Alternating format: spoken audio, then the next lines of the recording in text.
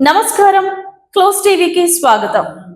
తన సోదరి చీటి శకలమ్మ పార్థివ దేహానికి మాజీ సీఎం బీఆర్ఎస్ అధినేత కేసీఆర్ శ్రద్ధాంజలి ఘటించారు.